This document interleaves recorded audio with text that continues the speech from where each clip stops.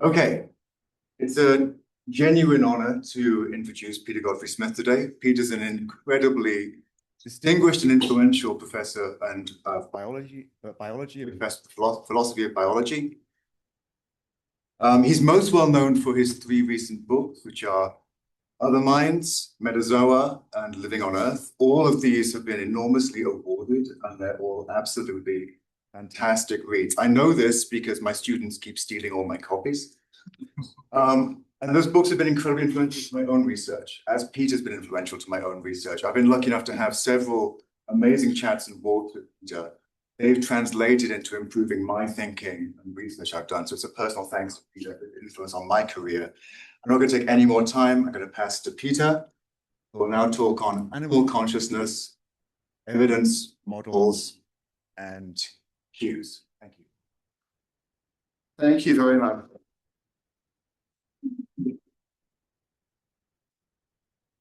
Okay, great pleasure to be here, to be in both places.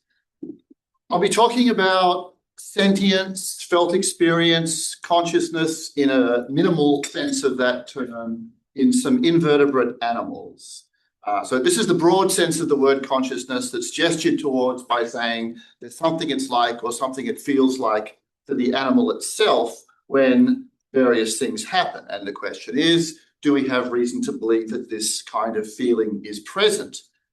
And the way I'll do things is I'll walk through a series of experiments, some of them well-known, some of them less well-known and newer. Now, I'm basically a philosopher and have done very little empirical work, and I'm mindful of that, but I will offer a take on some of the experiments. Now, many of them might be queried in relation to the methods and various details, and they have a dual role for me. Firstly, they're apparent results. They're things that people have seen. And they also probe us with respect to what we should conclude or might conclude from various kinds of results, if we get them or if they continue to come in. All right, I'm going to illustrate some of the main ideas with hermit crabs, with some well-known experiments by Appel and Elwood, where their aim was to look at what are now called motivational trade-offs in hermit crabs as a way of exploring possible pain experience. These hermit crabs were shocked with an electric shock with a wire that was put deep inside a shell they were in, and the crabs would leave the shell if they were shocked, but in a way conditioned by shell quality. They're less likely to leave a good shell. Also by the odor of a predator, which makes a shell more valuable as protection. They will put up with more shock in circumstances where the shell is worth more to them. Now, this work was reviewed in the LSE report done by Jonathan Birch and his colleagues, and they raised various questions about statistics, about the methods, and they ended up with what they called medium confidence of trade-offs of the kind alleged. Aside from the question of whether trade-offs are evidence for something like pain experience. Now, I think that's important as background. But here is another passage from one of the Elwood, Appel and Elwood papers, which I'm going to focus on some things like this. They say, shocked hermit crabs show two curious responses apart from just evacuating shells or grooming their abdomen. Now, I'll come back to grooming their abdomen. But for example, a number of crabs that evacuated the shell then felt deep into the shell in a way that's consistent with them searching for the source of the noxious stimulus. Now, I'll say more about the details of this in a minute, but first, here's a general picture, a picture of how things like this might figure in our thinking. We have in this area various behaviors. There's grooming, there's trade-offs, there's some other things, there's learning by reinforcement. What kind of evidence are things like this for felt experience? Well, nothing on a list like that is decisive. We can, in many cases, easily imagine an unfelt version to some degree of specificity. So let's have on the table some rival models or rival families of models in connection with pain and pain-like states in particular, but also the more positive side of experience as well. So we might call model R the idea that these animals just have a collection of reflex-like states that have an adaptive function, don't involve much central processing. Model F, a state that is felt by the animal as positive or negative in valence and has various effects that reflect this. What I'll call Model N, the animals go into a state that is not felt, but is integrated with other kinds of information processing and has effects as a consequence, something that's more than a reflex. Now, the paradigm of an unfelt state is often taken to be something like a reflex. It's a paradigm of something that people think of as too simple to indicate the presence of felt experience. Now, you might wonder about this. You might say, well, if the animal is complex in other ways, but has some reflexes alongside, then fine. I mean, we do feel the stimulus involved in a knee-jerk reflex, but I'll accept that if the behavioural profile of an animal is all sort of reflex-like, that would tell against the presence of felt experience. And in that background, against that background, a lot of work on invertebrate animals over the last few decades has made a reflex-like model of how they respond to aversive events look unsupported. There is more than that going on. Now, people sometimes say it's not a reflex, so we should think that there's feeling there. Now, I was probably too close to an inference of that general form in some parts of my book, Other Minds, and that I think is not a good move, especially because there's work, for example, in humans that shows that sophistication and consciousness or experience are somewhat separable. So the contrasts that are relevant are more between the second and third options on the slide. This is difficult for many reasons. Firstly, we should accept that different architectures might be involved across animals very different from us. We should not say, this animal lacks the kind of brain structures that underlie a feeling of pain, for example, in us, so they don't feel anything. Or at least we shouldn't say that without further argument. These animals can see while lacking a visual cortex, after all. The contrasts are also difficult because of the peculiarities of our own first-person point of view in this area. Felt experience is something we know from our own case, and we can always imagine it absent when considering some organism or brain structure, even other people or even ourselves in the future or the past.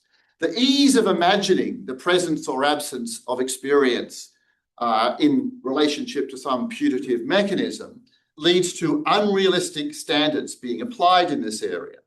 And I think, in this talk at least, I'll take it to be not okay to say, whatever is inside the animal, it might be unfelt, and that's the possibility we have to rule out, a zombie-like scenario in the sense of Chalmers' work.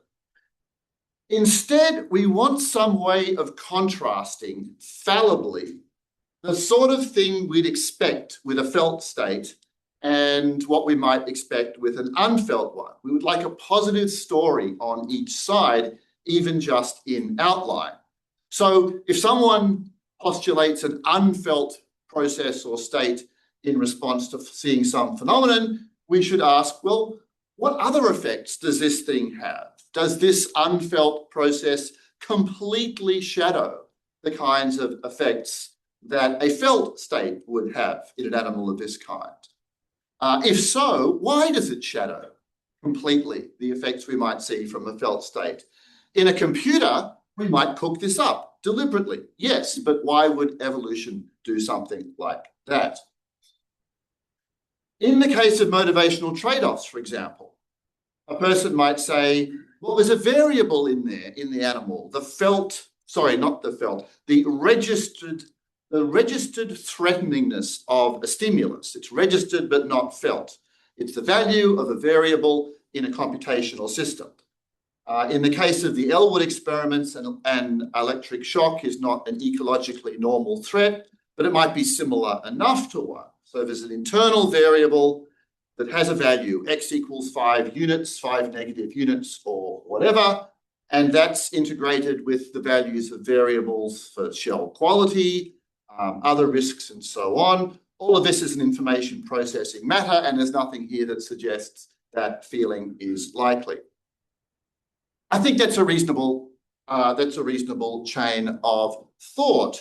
But let's now consider some of the other some other kinds of behaviour and other things that were seen in this experiment. Let's in particular go back to that passage I had from the from that paper. The inner state that has effects on shell leaving also has other effects that make sense if this internal state is felt. There's the grooming of the abdomen, and there is the inspection. Would we expect these if the internal state was, a Model N type state, something that was entirely unfelt? Well, maybe, but we should push a little at this. Why do crabs inspect the interiors of shells that they've left as a consequence of shocks? This is an unusual situation from an ecological point of view. The crab has been inside its shell for a long time with no problem. Suddenly there is this unexpected stimulus, it leaves, and it seems to wonder what is behind it. Well, shell inspection is not itself unusual in hermit crabs. They do it when they encounter new shells. They inspect the interior and the exterior. So I asked Elwood about this by email. Is the inspection that you see when they've left a shell because of a shock different from other kinds of inspection? And he replied, well, it is different. What we saw in 4 crabs was that they spent some time investigating deep into the shell. The head was within the aperture. This is deeper than a normal shell investigation to judge size and is not seen except in this experiment involving shock. The behaviour is thus different to normal. So the idea is that if a crab's inside a shell, it can inspect things at its leisure safely. But if you're outside a shell and naked, you are vulnerable, and inspection is usually cursory and more shallow. This inspection was unusually deep by any standards. It's not inconsistent with some Model N, some unfelt model options. Perhaps it's curiosity. And curiosity might be suggestive of a rich internal economy, but could just still be complex information processing. On the other hand, curiosity is linked to attention, which has often been taken to have an empirical and a theoretical link with consciousness in some work on humans. We also have another behaviour in result to shock, grooming of the abdomen. Now, this was initially seen in just 1 crab in these experiments, and in later experiments it was seen more often. Now, this is not just curiosity, at least once we get past a cursory inspection. You still might say, well, I don't see why any of this should be felt by the animal. I could program this computer to do things like this. Yeah, you could, but why would you? Why would evolution do it? I guess it might, but there is a certain kind of sense all this together makes as the upshot of a state felt by the animal. If we start out from a picture where none of this is being felt by the animal, would we expect this network of effects stemming from this stimulus? It's aversive, as seen in the trade-off. It's aversive and it elicits inspection, and there is the grooming as well. Now, again, none of this is decisive, but again, I asked, is this what you'd expect with something that the animal did not feel as aversive? Just as an aside, I think, well, not really an aside, grooming is perhaps especially significant as it doesn't have the apparent cognitive role that inspection might have. And grooming of injured areas is quite common in crustaceans. Shrimp will rub injured antennae on the side of the tank, for example. Why do they do this? Well, it's not like licking of wounds in mammals, I take it, where there's a cleaning function. I wonder myself if it's a phenomenon, if it's the kind of phenomenon where an injured area for us feels better, at least I think, if you were controlling the stimulus, if you were controlling the aversive stimulus. When I gave an earlier version of this talk, Colin Klein said, well, in our case, it's thought that one of the things that rubbing an injured area does is create other stimuli that compete with the pain signaling pathway. And that means the pain is felt less. Now, this might be tied closely to how our own neural architecture is set up, but I'll come back to this when we look at another experiment later on. Okay, in my title, I have evidence, models, and clues. The idea behind the invocation of clues is that there are behaviours that sometimes come off to the side of an experimental setup, as in the hermit crab inspection and grooming case. They appear in a happenstance way in experiments designed to look at other things. These can be called clues in contrast to deliberately collected data. Both grooming and inspection were like this initially in the Elwood experiments. Now, something might appear as a clue in this sense, and then someone might do systematic work on it. Indeed, that is exactly what we might hope for. Clues can become evidence of a systematic and more reliable kind. That's what happened with the Elwood work. So we might start with a main behaviour of interest and some clues coming off to the side, and then look at a syndrome or collection of behaviours together.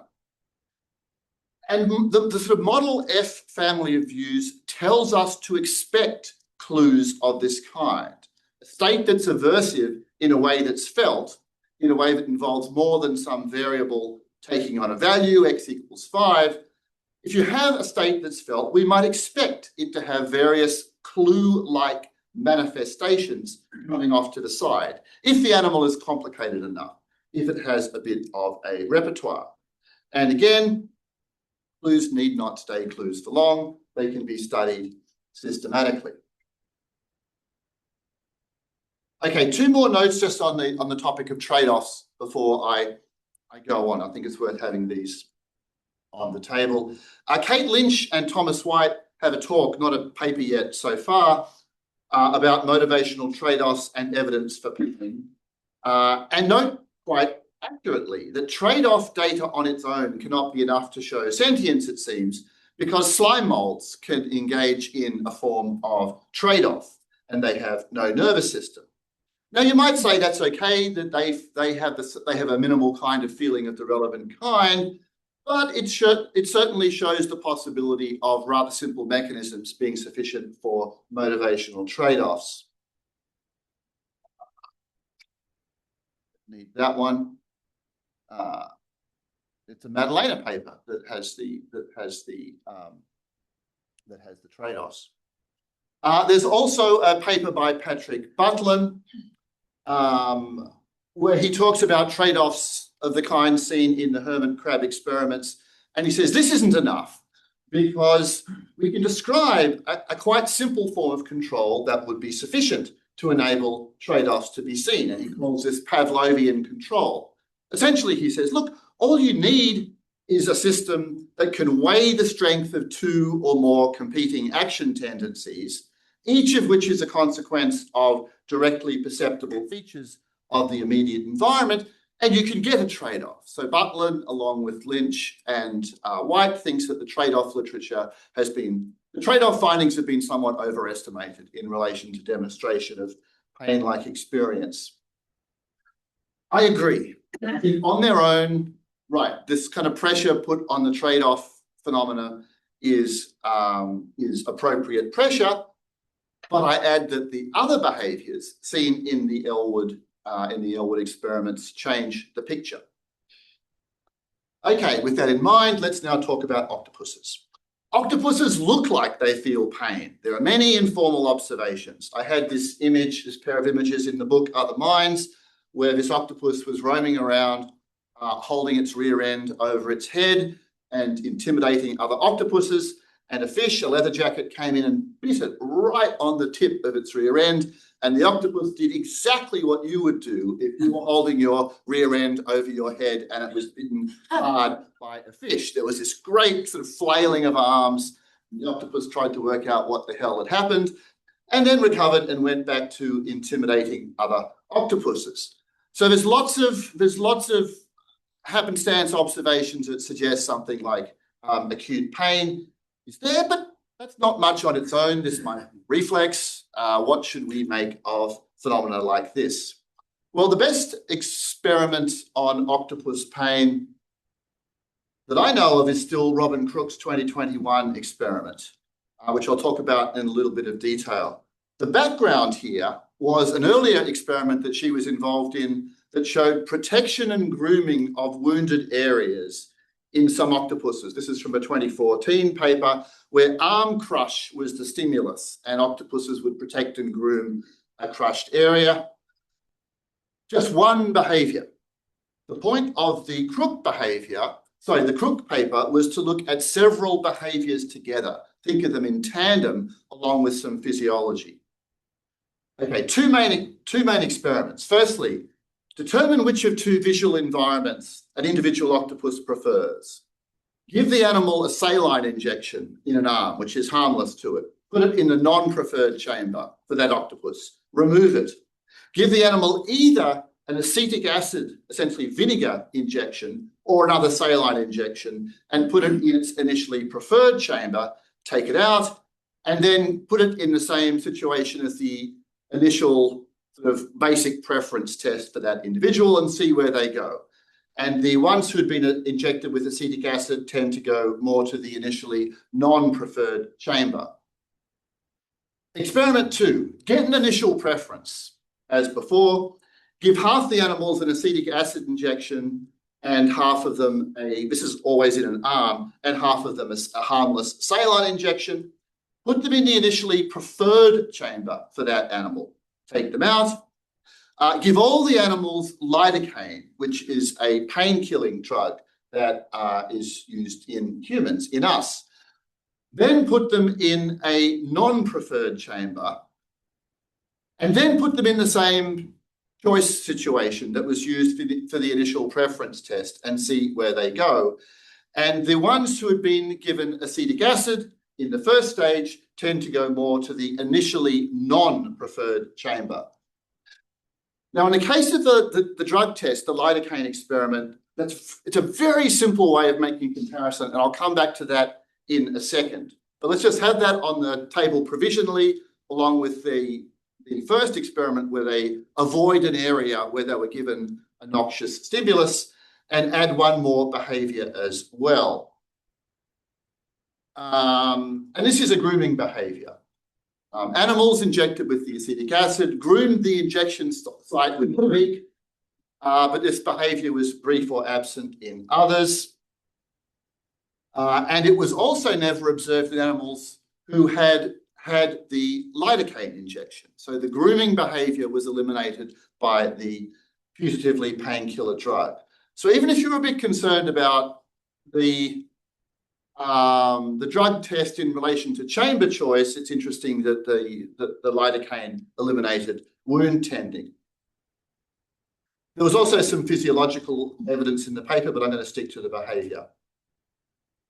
Okay, what sort of inner state is produced by the acetic acid injection? And how does it relate to what I earlier called model F, the felt model, the model in which there's feeling, and model N in which they're not? So the unfelt option is the idea that, well, there's something that gets registered. There's an internal computational variable taking on a value that's being used to direct behavior in the choice experiments, but there's no need for feeling. And we might say, yeah, that makes sense of experiment 1. And it makes ecological sense.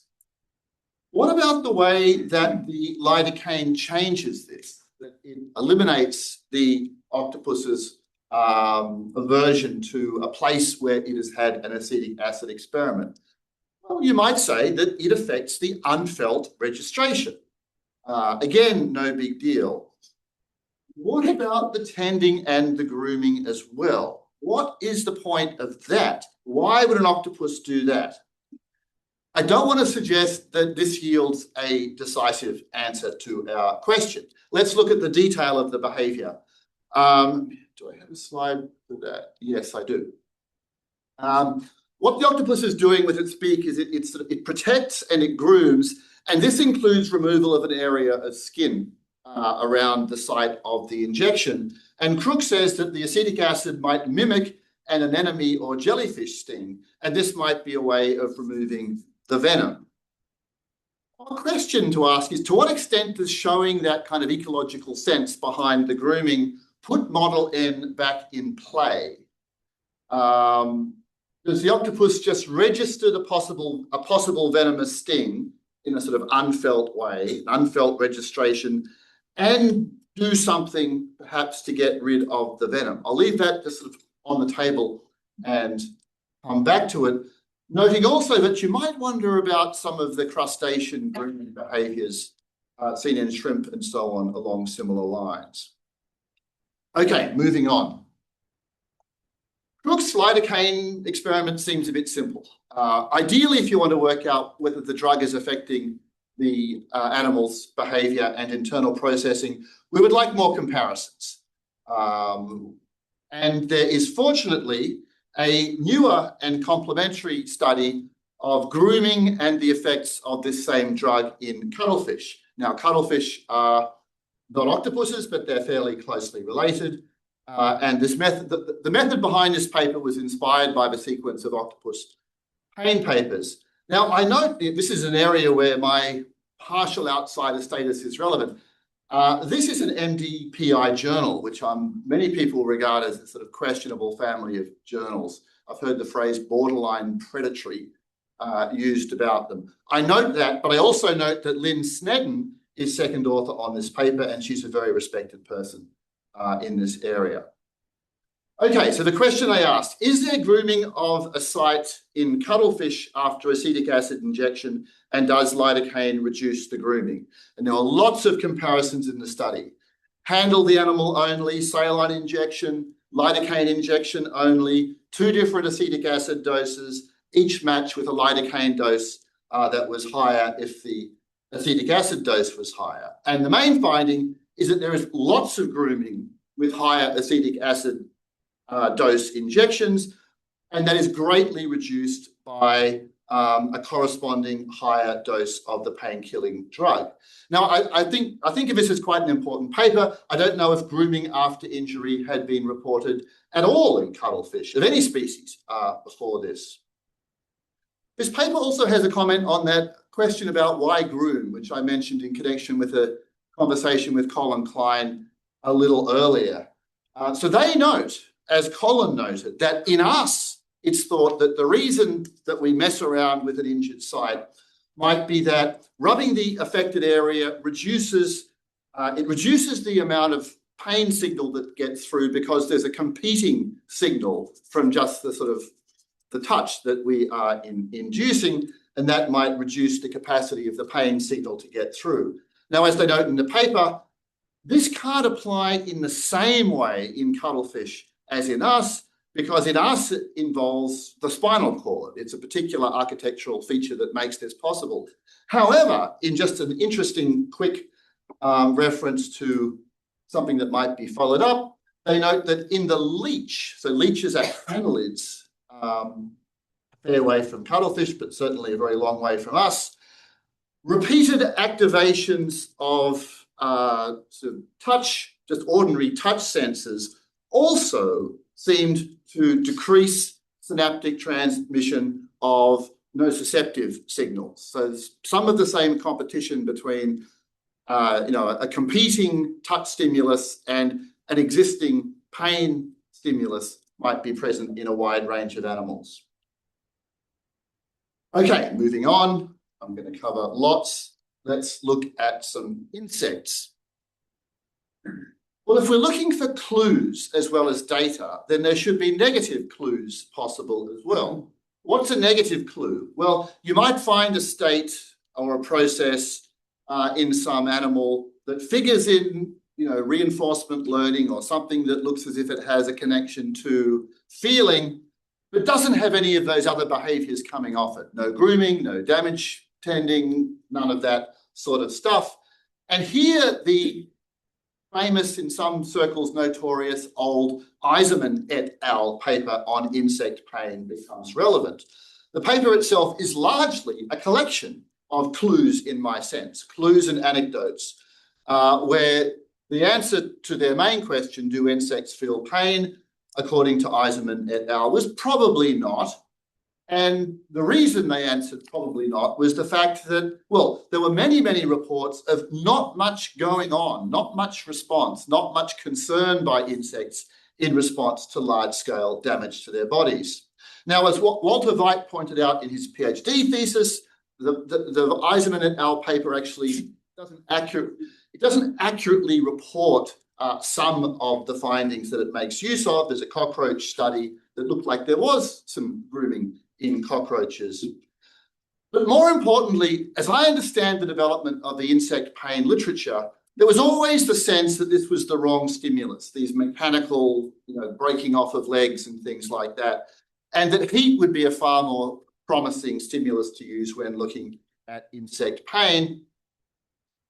There have been a few papers following that up. I'm going to skip over discussion of one of them and sort of have on the table the Matilda Gibbons et al. Experiment on trade-offs, because it was very analogous to the hermit crab work. So this changed things, as I see it, in relation to the presence of motivational trade-offs involving aversive stimuli or putatively aversive stimuli in at least bumblebees, where the bees in their experiment, they'll prefer unheated high-quality feeders over lower-quality feeders when they're both unheated. But if you introduce heat associated with the high-quality feeder, bees tended to avoid now the heated but still high-quality feeder, and do so in a fairly subtle way, where progressively increasing the amount of heat and progressively increasing the difference between the quality of the two feeders showed up in the bees' choices. Now, one thing to say about this experiment is that, at least as reported, it doesn't have this sort of network-like property that I like in the Elwood experiments, where you're seeing a whole bunch of different behaviours, clue-like behaviours, secondary phenomena coming off to the side of the main finding. I don't know, I haven't yet talked to Gibbons about whether there were such things, but in relation to the challenge of people like Butlin, I think there's still a fair bit of force behind their challenge. I think Butlin was the guy who said, there's a too simple form of control that will be sufficient to give you trade-offs in cases like this. We need more. We need more than what's reported in, for example, the Elwood experiments. And I think Butlin would say the same thing about the Gibbons et al. Paper. And Butlin explicitly considered in his paper, his critical paper, the idea that classical conditioning of the sort that's seen in the Gibbons paper, he considered the question of whether that changed his picture and said it would not. I want that on the sort of table as part of our current insect picture, but I will spend more time on another experiment and another set of behaviours coming out of the same lab. This is all coming out of the Chitka lab in the UK. And this is a definite case of a clue becoming data, not in quite the same sense as in the Elwood work, but in a relevant sense. So the beginning here was a study of social learning, where the point was to see whether bees could acquire a very unnatural skill, rolling balls backwards into a hole to get a reward. So a bit like dribbling a basketball toward a goal. The question was, could they learn to do this to get a reward, and could they learn it socially from others? If some bees worked out how to do it, could other bees work it out from watching the successful bees? And the bees could do this, and then it was noticed that you don't have to reward the bees to get them to do some ball rolling. They will do it anyway. And that became the basis of a new paper. It's a case of a clue becoming data in a way that's really quite remarkable. Not in quite the same sense as I had with Elwood, because it's not that you're sort of studying one thing and you see another behaviour off to the side that casts light on exactly the thing you were studying, what kind of state it was, but it sort of showed a surprising valence-related capacity in bees in a happenstance clue-like ways. Okay, here's the newer paper. In the original paper, Lucola et al., the one that revealed the clue, there was an emphasis on how unnatural the rolling of balls is for a bee. Now, this I will come back to in a moment. And the point of this new paper, first author, I'm told to pronounce the last name, Godfrey-Smith. The point of the new paper is this unnatural behavior also, it seems to be intrinsically rewarding. So if you ask, will bees go out of their way to roll balls around? Yes, they will. And if you associate the particular chamber color in the experimental setup with, second slide, yes, with, the possibility of rolling balls, if you have a sort of ball rolling room in the experimental setup, will they prefer the ball rolling room? To some extent, this was a little bit sketchy because of pre-existing colour preferences in bees. But it's pretty striking, the idea that they'll go out of their way to roll balls around for no reward. Now, Andy Barron is a bit wary of this experiment because of the existence of what I'm told, well, Andy tells me, is called undertaker behaviour in bees, where bees remove dead bees from the hive. In this case, then the idea is they're not supposed to think they're in the hive. This is supposed to be outside the hive in the environment, but it's a very small experimental setup. And Andy is not convinced, he may wish to comment on this, that they know that they're outside the hive and they may be doing something like undertaker behaviour. Megan Barrett, who also works on insect welfare and experience, she replied, well, undertaker behaviour depends a lot on olfactory cues. I mean, you're learning that a bee is dead from how it smells, essentially. Andy's reply, well, undertaking, if you look closely at it, it can involve cleanup of other kinds, not just dead bees. So you might regard this as questionable, the finding is questionable in that way. Oh, there's some bees rolling balls backwards just for fun. Okay, one more paper, a newer one on fruit flies, play-like behaviour exhibited by a fruit fly, Drosophila. This is a hard paper to read if you sort of go looking for it. It's in this awful current biology format that makes it hard to understand, but the basics are straightforward. They enrich their fly's environment with a spinning platform, like a carousel, to see how the flies would interact with it over a couple of days. And it turns out that some flies really loved it and some hated it. So they were able to distinguish at the individual level between seeker and avoider flies, where I think roughly 2/3 or 3/4 were avoiders, but there was a significant minority who were seeker flies who would repeatedly revisit the carousel and frequently transition on and off it from an adjacent area, while avoiding the carousel some of the time. Okay, now I hope this video works. Yes, so there's a fly. Essentially, you can see implicitly where the boundaries of the carousel is. So it hops on. Again. It hops on for no reason whatsoever. It's getting nothing for this. It's getting no reward. In fact, it's spending time on the carousel that it could be using on a feeder. They also found, interestingly, that the seeker flies, they quite liked a situation where you had two different carousels, one clockwise and one anti-clockwise.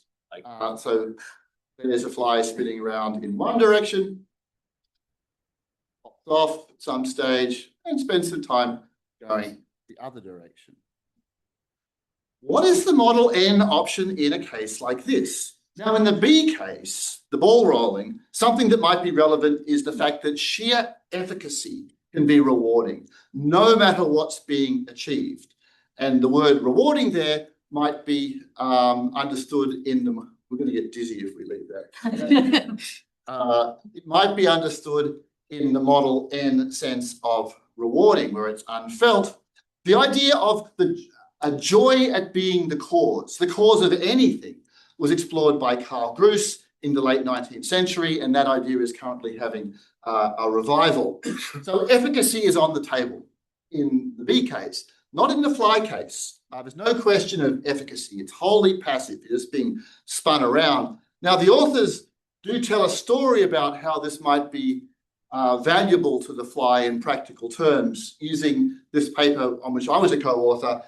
The idea is that the fly might be learning about its body self, the boundaries of its body and the limits of its action, and the relation between exafferent and reafferent stimulation its actions have caused and those it hasn't. Maybe.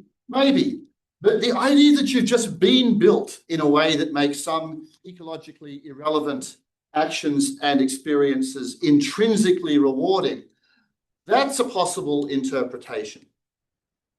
Now, I have thought and been wondering in presentations of this talk over months now, whether the phenomenon of intrinsically rewarding behaviour has a special role as evidence for the presence of feeling, whether this is some kind of special evidence that the animal is feeling something when it's doing things just for the hell of it, basically, doing things just for the feel of it. And I think a natural reply to this thought is, well, it certainly can't be a simple inferential connection. After all, sex and food are fun, and it's not as if food and sex have less of a felt component because they make behaviour ecological sense. The fact that we experience these things as good is not in any way undermined by noting their ecological value to us. So why would demonstration of an absence of ecological value in a behaviour like spinning in a carousel or rolling balls have some special connection to showing the existence of felt experience?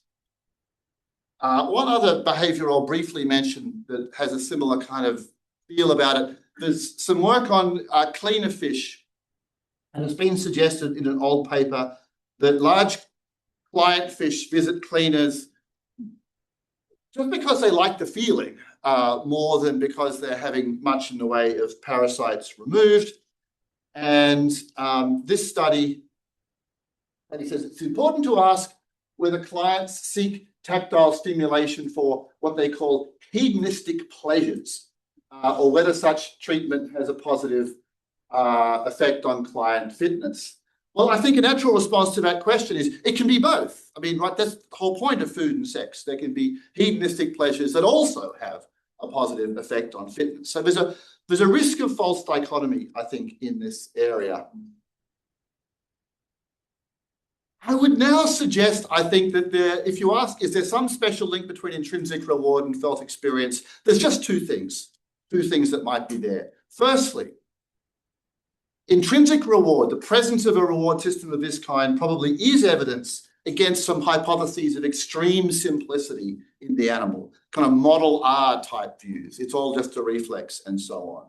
And that has some relevance to the question of whether feeling is there, but not much relevance. Secondly, though, I think the presence of intrinsic reward in surprising places like bees and flies, it shows an unexpected similarity to us. That doesn't itself bear on the question of whether they feel something in their own particular way, but it does bear on the similarity that these animals have with us, cognitively certainly, and perhaps experientially. I think when we see intrinsic reward phenomena in invertebrate insects, it is a surprising link to the kind of reward systems that you see in ourselves. Okay, I've just got essentially one more point to make in 1 more minute. I don't want to come across as suggesting anything is settled or simple here.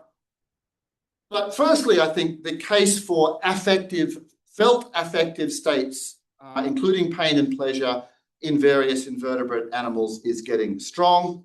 I'd like to give credit to Andy and Colin, who back in 2016 were pushing on this point in a way that was quite radical at that time, though their paper was more on the sensory side than the valence side. Anyway, the case for affective states, including pain and pleasure in invertebrates, is getting strong. And describing it that way, in terms of those human concepts, leads me to want to make one last point. If we think about the situation in an evolutionary way, we've got the common ancestor of everyone who has been discussed here. A little, perhaps flatworm-like animal with a nervous system, very simple lifestyle, and you've got great diversity in the evolutionary pathways coming out of that common ancestor, leading to arthropods, cephalopods, and vertebrates. Very different ways they live, very different brain architectures. But something that's coming to appear to me to be, well, an impression I'm getting more and more is that these animals have wound up more similar than I would have expected. They've wound up more similar than I would have expected. We've got evidence for play in all three groups. Here discussed in the bees and the flies in my talk, but there's good work on play in octopuses as well. We've got wound tending and grooming in all three groups. We've got these states where there's a complex or network of what look like feeling-related behaviours coming out of aversive events. Not the same one in each case, but one that fits the body and lifestyle of the animal. In a related talk, I looked more speculatively at slowly growing evidence for something like dreamlike processes in some of these animals, especially octopuses. But with or without those more speculative moves, we have got, I think, the emergence of a picture for the SFI people, where there is a somewhat similar behavioural profile becoming visible across very distantly related animals. And accompanying that, perhaps more similarity on the experiential side that a person might have expected. I have expected, thinking about these different animals for a while now, that we would end up with a situation where there were far more alien phenomena across the different sorts of invertebrates, especially in comparison to us, than in fact we are seeing. I think we are seeing more similarity than it was reasonable to anticipate a decade or so ago. Maybe the picture won't stay that way, but that is how it's currently looking. Thanks to Andy especially, various other people who've helped me with these ideas.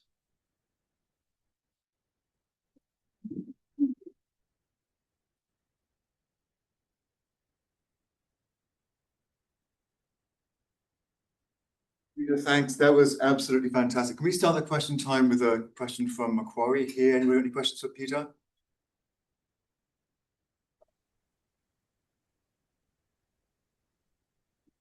I can't see, I'm being blinded. Camilla, go.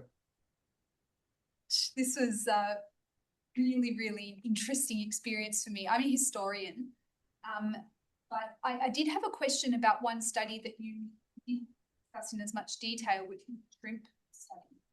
And I was wondering about the antennae and whether you would consider a shrimp rubbing its antennae against a peripheral feature like a tank to be rather not grooming so much as recalibrating perception. So okay. I feel like I'm curious because I'm a non-specialist. Yeah, so that was an experiment where, again, they're putting a bit of acetic acid on their antenna, and it seems to be have a grooming-like behavior in response to it. And the question is, right, whether there's this kind of sensory recalibration, yes. Not just proprioception, but perhaps, have I reduced the efficiency of this important exterosensing device I have? It's a good thought. I think we should ask Elwood. Okay. Any questions from Princeton? You might need to unmute yourselves. You might need to relay them to us through your lectern. I have a question. I was wondering if you could give a unified definition about pain, whether it's computational or functional across species, and how we would look like for alien intelligence, whether it's from a different planet or a artificial system. What would pain look like? When people talk about, study pain in the human case, they often distinguish the two elements. There's a kind of informational element, I've been hurt on my finger, and the aversive sometimes called emotional element, although I think that's often a funny term to use. With concepts like that, and this would be an example, I sort of suspend all those sort of details when thinking about the non-human cases. So in the octopus case, in the Crook experiment in particular, it seems you have a kind of similar knitting together of the kind of more informational / sensory side and the more emotional side. You know, the animal, it knows where the problem is. It doesn't just have a sort of general malaise. It knows the problem was on this arm. There's a sort of sense of where things have gone wrong, and there's the felt wrongness. There's the fact that, well, the fact, but the hypothesis that in the same kind of way that it feels aversive to us to have had this happen, it feels aversive to the octopus as well. I guess I'm thinking about pain when I compare the octopus experiment with phenomena in humans in that kind of relatively simple way.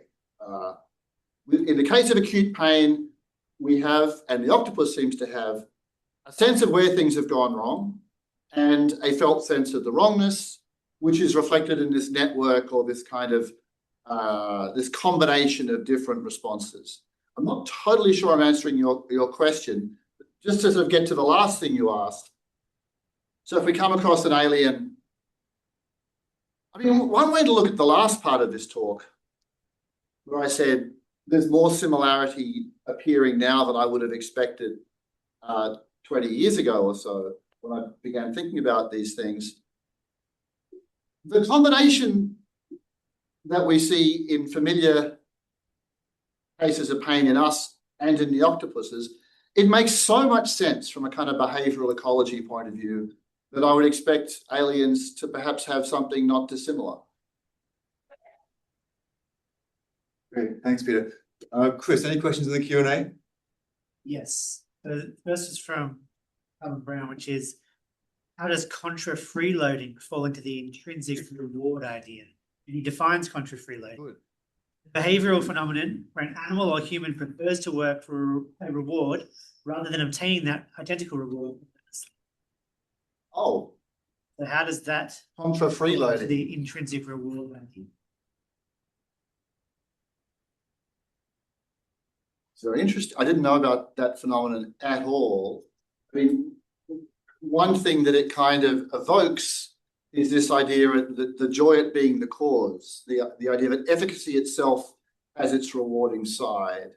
I didn't mention this, but there's some very interesting new work by Alison Gopnik and her collaborators on this phenomenon in little kids, human infants.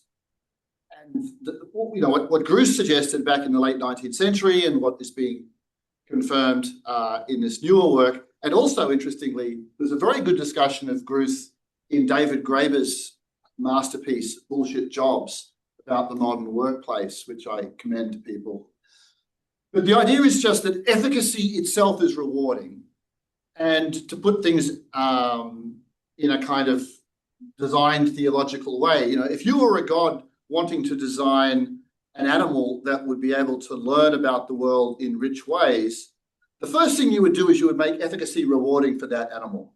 You would make the animal enjoy making things happen, no matter what they are. It doesn't matter if they're good, or neutral, ideally not too bad. But the idea that an animal that enjoys efficacy will be an effective learner and a more effective agent. That's the kind of evolutionary take on the joy at being the cause. And I can imagine that having an extension to what Callum is talking about there, where what's especially rewarding to you is you did the work and got the payoff. You didn't just get the payoff.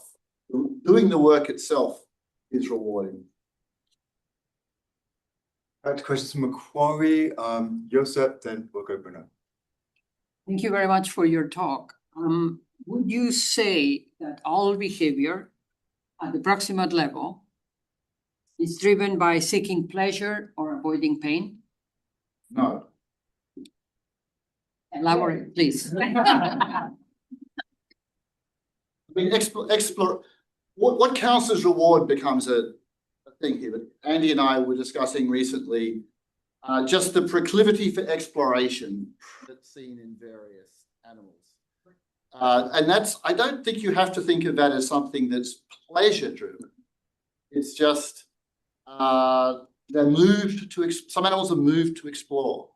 Even if it's a hassle, even if it's tiring, even if it's, you might be more comfortable staying home. But going back to your previous point, the joy of being the cause, that could be the pleasure. Yeah, that could be. Yeah. So the exploration per se is rewarding, but that only works if there is pleasure involved.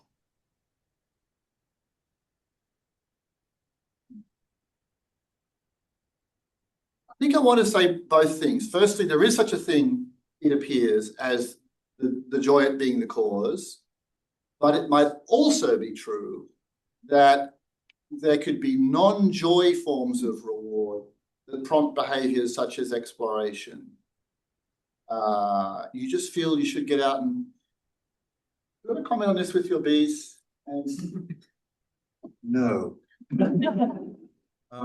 Although thinking about this, what is it called? Contra freeloading is really interesting, because one of the problems you always have in training bees, and I will shut up, is there's times of the year when doesn't matter how much concentrated sugar you put out, you can't get the bees to come to it. They would rather go and work on flowers, which defeats all the principles of energetic foraging. So this is giving me ideas of things to follow up, well, I'll say, by not answering. Bruno.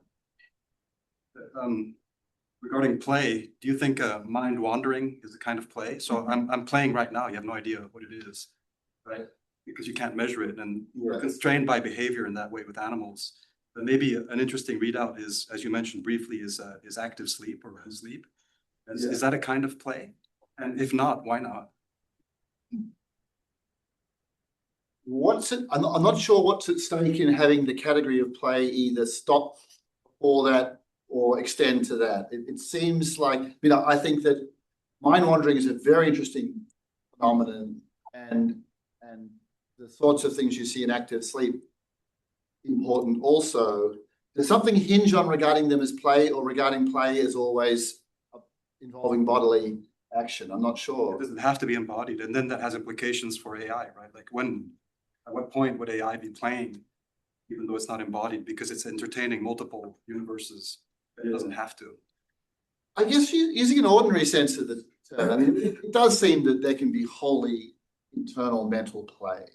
Surely, it makes sense as a sort of use of our ordinary concept, but I'm just not sure whether there's much at stake, whether we should think of that as distinct from the bodily expression forms of play. I don't know. I suspect we've been kind of constrained by it having to be behavioral, because that's what we measure in animals. And there's the question of how you would know it's there. Can we take one more question from Princeton? Thanks for the really great talk. So I had a question about the experiments with lidocaine and anesthesia. So plants will also respond to anesthesia. A Venus flytrap won't shut if it's anesthetized. So how do you think about that? Is that telling us something about the full experience of plants, or is it telling us something about the use of anesthetic or something else? Yeah, right, that's interesting. General anesthetics seem to have amazingly broad effects on different sorts of organisms. Lidocaine, as I understand it, it's a topical painkiller, a topical anesthetic, and that's why it was chosen. The animal is not being sort of dulled, either in the cuttlefish case or the octopus case, in a general way. It's supposed to be local, a local anesthetic or analgesic. And I've never even asked myself the question of whether that has an analog in the case of plants and protists and other surprising organisms where general anesthesia is efficacious. Do you know?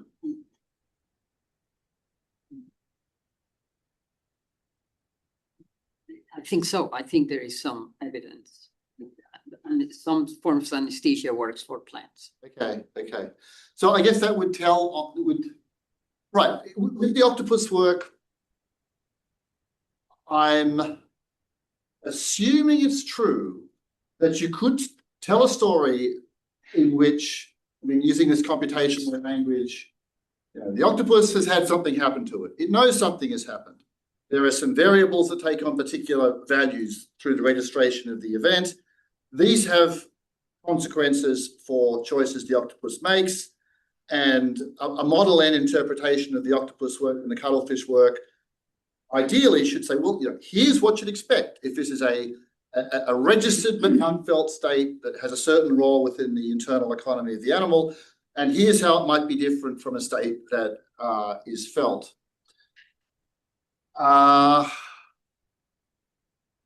Grooming is my go-to behavior to some extent when it comes to looking for a contrast.